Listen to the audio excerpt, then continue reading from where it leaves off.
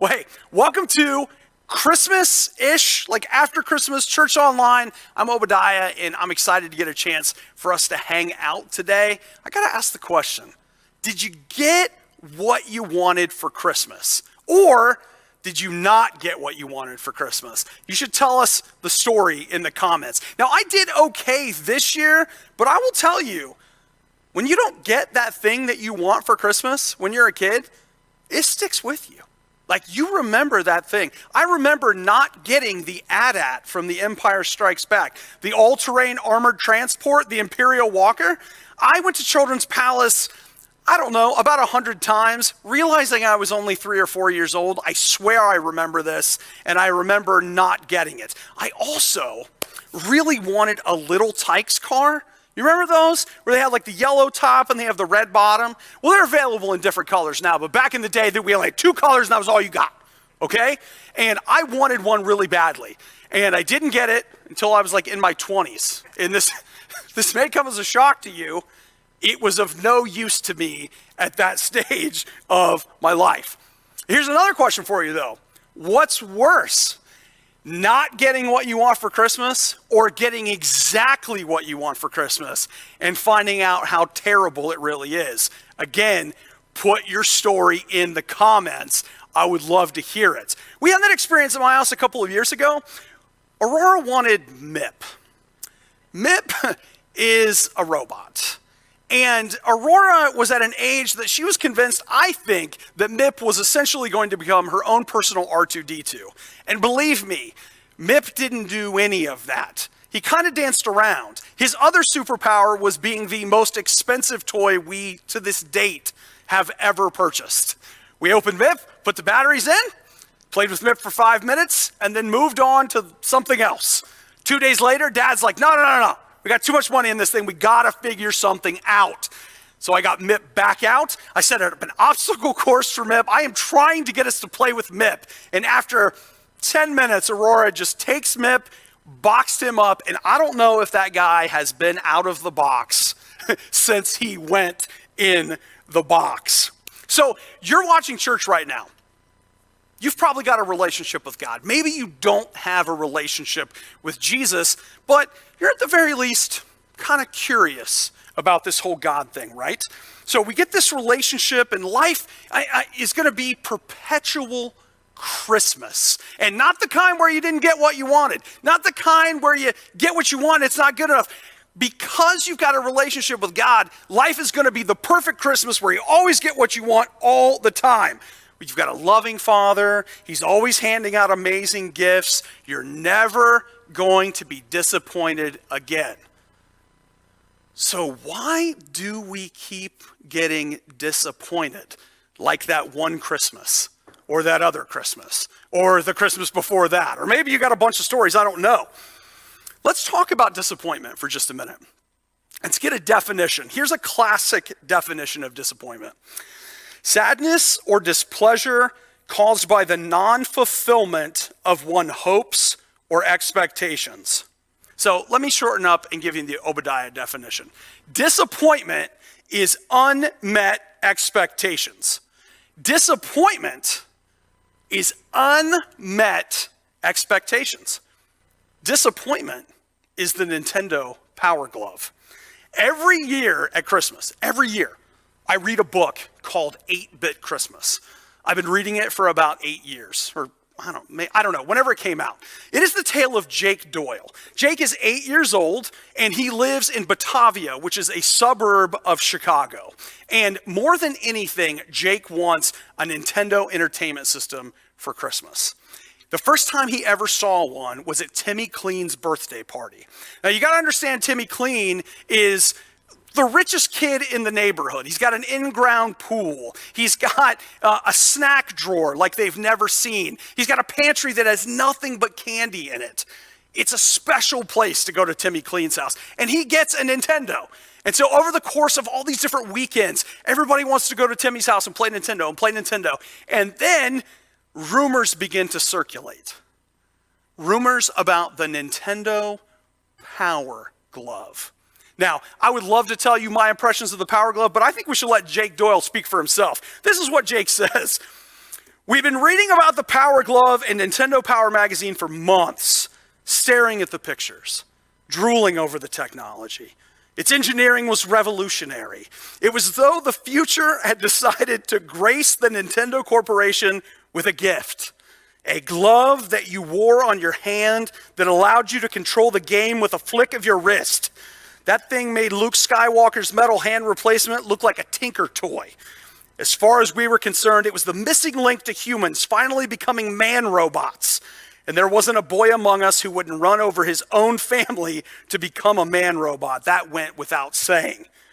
They're at lunch the next day. I heard the Power Glove has a suction cup that sticks right to your brain. Does not. Does too. It makes moves for you before you even think of them. My uncle works for Nintendo. I love that. I love it because can you remember being a kid and 100% buying into a piece of advertising hype?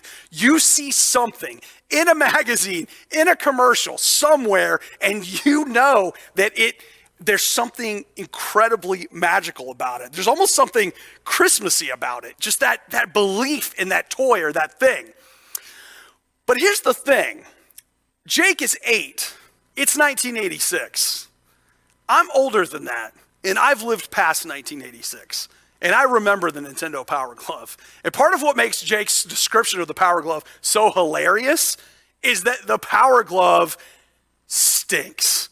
Like, it does not work. It does not remotely do any of the things that they showed it doing in the magazine or on the TV commercials. And when they end up getting the Power Glove at Timmy Clean's house, it is like the most tragic Saturday they have ever experienced. There are all these terrible things that happen, but the worst of them is that the Power Glove doesn't do what you want it to do. The thing is, like, we buy into that, right? Like, we buy into the idea of a kid being disappointed by a Nintendo thing or about a toy. The society that we live in, it's almost a rite of passage to buy into some marketing hype and then be disappointed by it because that's just life. As adults, we know those commercials are selling us something that doesn't really exist, right? And he is experiencing that because disappointment is part of life. Disappointment is unmet expectations. Disappointment is the Nintendo Power Glove. Disappointment is marriage. Ooh, yeah? Let's take a look at something right here. Let me show you my wedding day. Oh, look at that. Look at baby Obadiah and baby Alicia getting married. They are 21 years old and they are out of their mind. They are too young to be getting married. They should wait till they're 40, grown up and have money and are responsible. At least that's what I think when I look at those pictures now. Those people are kids. We were never that young. What are they doing? But we got married anyway. I guess we're doing okay. So one of the things we did before we got married is we read this book called Saving Your Marriage Before It Starts by Doctors Les and Leslie Parrott. Fantastic book. If you ever think about getting married, you should read that book. If you are married, I don't know if you get anything out of it because I haven't read it since I got married. But we did the workbook that went with it, chapter 4, Goals Behind Roles. I still remember that chapter. It was so helpful to us. I also remember chapter 1 because I'll tell you this, you've probably experienced this if you're young and in love. A lot of times when you're young and in love, old people are like, they talk down to you about it. You tell them you want to get married and they're like, are you sure that's a really good idea? But in chapter 1 of Saving Your Marriage Before It Starts, it's like, you're in love and you're getting married and it's great. And I was like, yes, finally, here is a book that gets me. Here's somebody that understands that I'm excited about being young and being in love. First chapter, no problem. Chapter 2, a bucket of cold ice water directly in my face. The chapter starts out telling me that my spouse is going to disappoint me. I got furious. I got mad at this book because there was one thing I wasn't going to let happen. I wasn't going to let anybody plant a seed in my head that Alicia was going to disappoint me. No way. But see, here's the problem with the word disappointment. We go back to that classical definition. We've got to pull some of our emotions out. Because for most of us, disappointment is that thing that our parents said to us, we're not mad, we're just disappointed.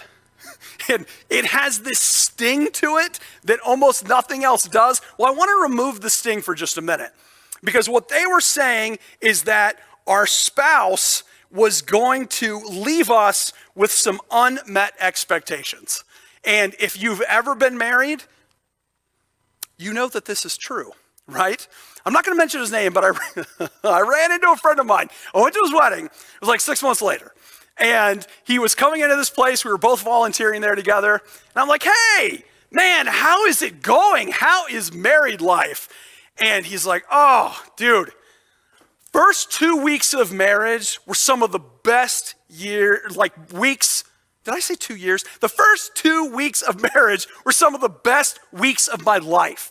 Marriage was everything that I dreamed it could be. It was incredible. And I knew what he meant when he was telling me that, right?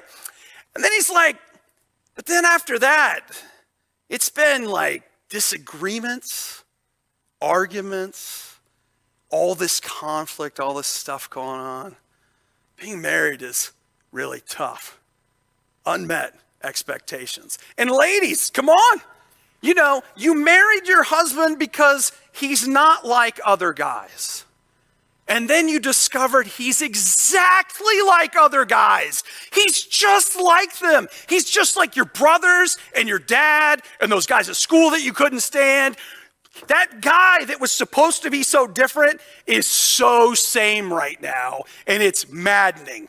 Mansplaining, man-smelling, man-messing. I make messes. And you know what I do with my messes? I make stacks. And then I just take my stack and I set it somewhere. Our house is covered in my stacks of stuff. And Alicia she has learned, she will move my stacks to a different place, hoping that if I see that the stack has been moved, I will do something about it. And sometimes I do. And sometimes I just say to her, hey, I see that you moved my stack. Is that not a good place for the stack? It's disappointing. I am an unmet expectation. I am a poor dresser, right? But do you know what chapter 2 said to us in Saving Your Marriage Before It Starts? It said, disappointment is the key to intimacy. Well, at 19, I thought intimacy was basically one thing, so that didn't make any sense to me at all. But over time, I've started to get it, because here's the thing. When your expectations are not met, so you got your expectations and then you've got this person, right? And they kind of butt heads. Here's what happens. I'll give you a fancy word for it. It's called an ethnographic stumble. And here's what that means. It means that something has happened where your brain doesn't quite get exactly what's going on. And here's what's happening. Your idea of who your spouse is going away, and who they really are is coming to the forefront. So those moments are the moments where you have the opportunity to love your spouse for who they are and not who you want them to be. Whew, that's tough. We could stop there. We could camp on that for a month, just talking about that, right? But the reality of it is, that's our opportunity to love them for who they are in those moments. And if we do it, there might be something there. Disappointment, unmet expectations. Disappointment is the Nintendo Power Glove. Disappointment is marriage. Disappointment is Jesus. Boy, we didn't like that, right? You can feel, even though there is a vast internet space between you and me, I can tell that is a phrase that doesn't go over super well, because this is supposed to be church. This is supposed to be go Jesus time, Jesus for president. I got the bumper sticker and the necklace. It's supposed to be like a rally here, right? But come on, we got to get rid of some of that emotional weight that we put behind disappointment. We got to start thinking about unmet expectations. Jesus is unmet expectations. For example, he's supposed to be the Messiah. Justin talked to us a couple weeks ago. Where's this guy born? You're born in a barn, shut the door. He's born in a barn, okay? He's born out with the animals. He can say yes to that question. So It's a rough start, but then there's some stuff about it that's okay. Angels announce that he's born. Okay. We're getting warmer, okay? 30 years go by. He gets baptized, goes and visits John the Baptist at the Jordan. There's a loud voice from heaven. Better. Then he starts healing people. Okay, now we're getting somewhere. People are blind when they go in. They can see when they come out. They get carried in. They walk out. Okay, maybe we got something going here. Then he does something that's a little unexpected. He basically spends 3 years kind of wandering around, talking to people, not really doing much. You see, the expectation is that Jesus was the Jewish Messiah, and this dude was going to show up, and he was going to bring God's kingdom to earth, and that had a very specific meaning. It meant that Israel was going to be back at the front of the line. They were going to be the guys, the girls, the country. Rome was going to have to take a back seat to God's chosen people. That's what they were waiting on. And they're living in bondage right now. They are literally under the heel of Rome. They have to give their money to Rome. They have to give it to some king that has been appointed. They are not living a great life, and they are looking for something really big to happen. In fact, it gets to be so tense about this that John the Baptist, he's the guy that was called. This is Jesus' cousin. You find him in our nativity stories about how Mary's cousin Elizabeth is also having a baby, and it's also been foretold by God. This guy, Jesus calls one of the greatest prophets. I mean, he is no slouch, but he goes to prison.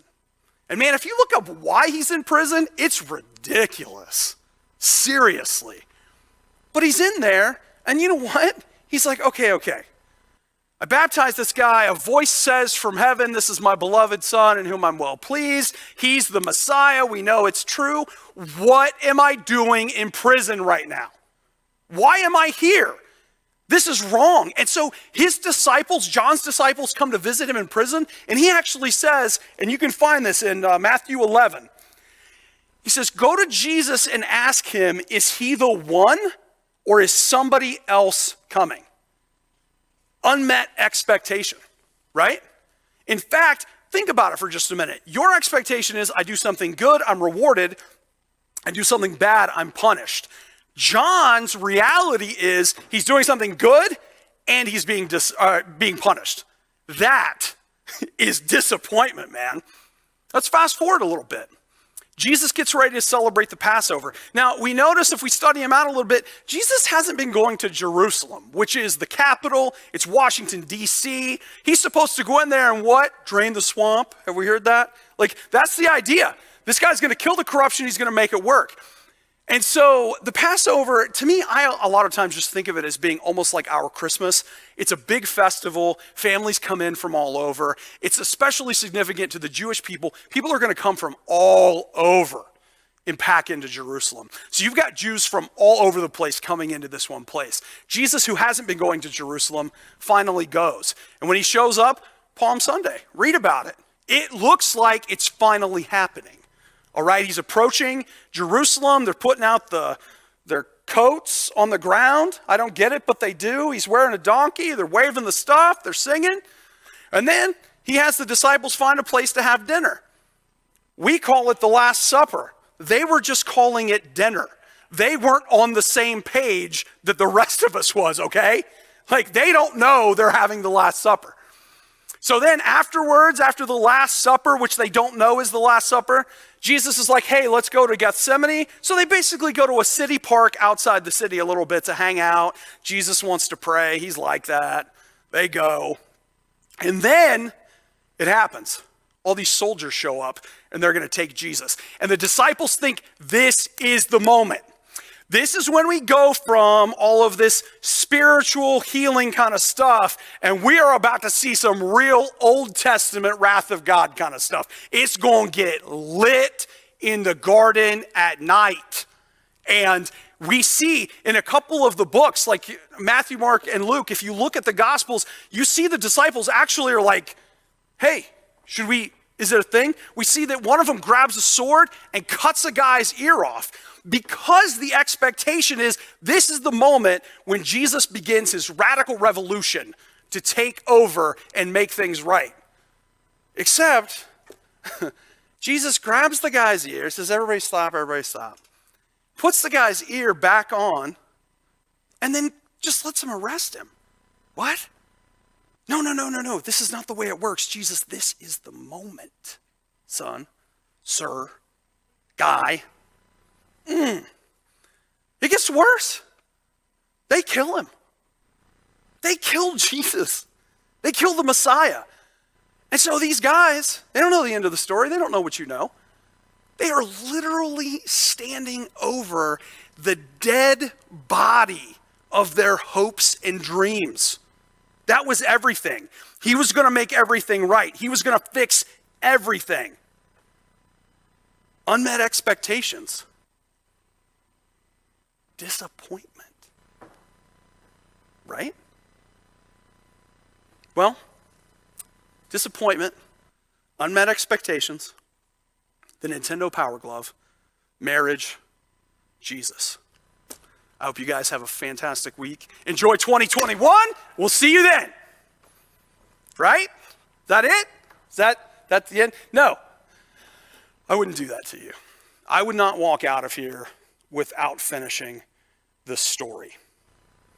Jake, after the Power Glove, continues to want the Nintendo. And so he starts a campaign with his mom, who he thinks is a lost cause. And he turns out he's right. With his grandma, with his uncle, the lawyer, who is both rich and only shops in one afternoon. So he thinks he can trick his uncle into buying him a Nintendo. None of them come through for him on Christmas Eve. And so he's got one hope left. Santa. Santa has got to be the one to bring the Nintendo. Jake is sure he hears Santa downstairs on Christmas Eve night, so he creeps down the stairs and looks, and there are tons of presents. Santa has been there. His dad chases him off, but at the last minute, he sees a box that he knows is the perfect size. It's the Nintendo. Santa came through in a big way. He goes back to bed. He thinks he can't sleep, but eventually falls back to sleep. He endures Christmas morning like we all have. You gotta wake up your parents. They want coffee. What do you want coffee for? There's presents. There are more stimulants here than you will ever need in a lifetime. So they get their coffee and they start unwrapping the gifts, but Jake is not allowed to get the last present until the very, very end. Finally, he goes over. His sister brings him the present. And he unwraps it, and he sees the box, and he's like, oh my gosh, it's a Nintendo. That first rip is magical. But then he rips again, and he sees that he has not received a Nintendo, but he has seen one of these. It's a Light Bright. It's a deluxe Light Bright. His mom is very excited. Jake, on the other hand, is outraged and bitterly disappointed. He spends the rest of Christmas depressed and upset, so depressed that he says when his sister wants to watch Anne of Green Gables, he doesn't even put up a fight. He just lays on the couch and watches Anne of Green Gables, which sounds like a terrible Christmas. Jake doesn't get the Nintendo. You did not marry Ryan Gosling. Jesus is dead. Sit with that for just a second. It's disappointment. But here's the thing. In the middle of all this disappointment, we have all these expectations that are not being met. And then 3 days later, something happens that defies expectations. Defies expectations. I mean, it's not unmet. It's way past that. Because what happens when somebody's dead? Well, we expect them to stay dead, right? If somebody jumps up after 3 days of being dead, you'd be like, we have a problem. We have a serious problem. But he's back, defying expectations. You see, this is not old. This is something new. This is something unexpected. This is something nobody saw coming at all. What? You see, if you put in the time and work, you could begin to realize that if you can love your spouse as they are, instead of as you think they should be, there are riches to be found there. Alicia has become my favorite person. I love my wife. She is hilarious. I am an extrovert, she's an introvert. She would rather stay home more than anything. She wants to play her farm and read her book and stay home. And that's fine. I'm like, I want to go out and do something. I want to go somewhere and be with whatever. We're different. She's hilarious. So funny in a goofy way. Sometimes I'm laughing with her, sometimes I'm laughing at her, but I love her so much. And it's so fun to be with her. And you know what else I've discovered? She is the most graceful, forgiving person. She has been the person that God has used to bring deep healing into my life and into my heart. She has defied my expectations completely. In the final moments of 8-bit Christmas, Jake is getting ready to go to his grandma's house. It's the last Christmas thing that has to happen. His parents have hung out all day and it's night. His dad is packing up the van. He says, Jake, before we leave, I want you out back cleaning up the dog poop that you didn't clean up yesterday or the day before. And he is just like, what?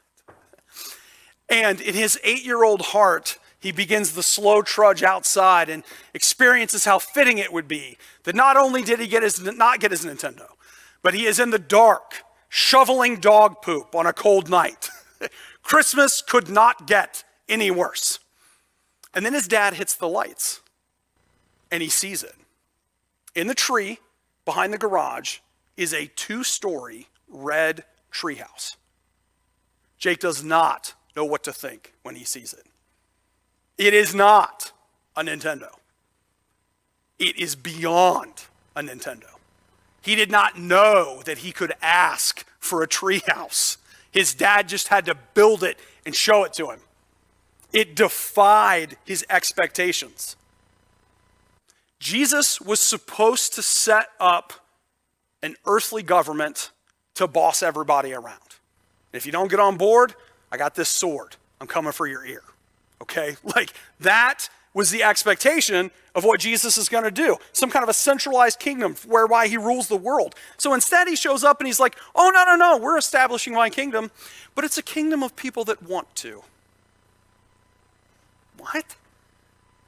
People will be allowed to willingly submit to my rule if they want to. And if they do, they get the Holy Spirit, which, by the way, the Holy Spirit is the most amazing thing ever. He is the most loving, gracious, generous, incredible presence in your life. You've got him in your life, Christians. You should be taking time to listen to him and enjoy him. He forgives people. Jesus is supposed to be balancing the scales by beating them up. And he forgives them, and then he wants us to forgive them. You see, he's defying expectations, okay? Now, does this mean there's no disappointment? It doesn't mean that. Because disappointment is the last bits of our old expectations dying. They're like Jesus, they're dying. They are going away. They are. But just like Jesus the other, Jesus shows us something different, a different way to live, a different way to look at life. He wants us to embrace something better that defies our expectations. Now, why talk about this now? Because let's get real for just a minute, right? I mean, wouldn't you guys rather just hear some fun stories about the stuff we got for Christmas? Can we just pass the conversation stick and each say what we got? Wouldn't that be a lot more fun than this? Well, 2020 has not exactly been like the best. Right? I mean, come on. 2020 is, well, it's kind of stunk. How many of us, you can show our hands, you can put it in the comments if you want to, have had a bitter disappointment this year? I don't think that very many of us would not say, yeah, I did. And I want to be really careful here in what I'm about to say. I don't want to be that empty-headed bra that comes along and, a marriage where this guy's really in love with his wife ends and he's just, come on, man. Plenty of fish in the sea, right? No. Plans have been canceled. I don't want to brush that under the rug. People have died. I don't want to brush that under the rug. Businesses have closed. Dreams that you dreamed are gone. And I just don't want to act like that's not a big deal. It's actually a huge deal. And I want you to know that God actually feels your pain. You can actually see God the Father mourning when Jesus dies, okay? God feels the pain of those moments. So what can I offer you? What? Like, what is there to offer in the middle of this disappointment? All I have to offer you is everything, and that's hope. And it's the hope of resurrection in your life. It's the hope of Jesus. For some people, there are some of us who've lost people they loved. That hope of resurrection is literally a physical resurrection that's coming. For some of us, it's the resurrection of, again, a dream that we had that has died, and it's going to take a new form now. It's going to be something different. It's going to defy expectations. Because see, the resurrection power that brought Jesus back from the dead is alive and well, and we can have it in our own lives. Now, I don't want to set false expectations. I don't want to set you up for another round of disappointment. Because if you're like, all right, 2021, January 2, we ought to have this thing taken care of. That'll be it. I'll just put it on the calendar. Obadiah said, resurrection power, 1/2/21. Wow. It's happening. It's not what I'm saying, okay? God doesn't work on our timetable. But I am telling you this. I don't know what it looks like. I don't know what it's going to be. But in your life, God is going to bring new hope. He's going to bring new dreams. Into the places inside you that are dead and hurting, he's going to bring life in a way that defies expectations.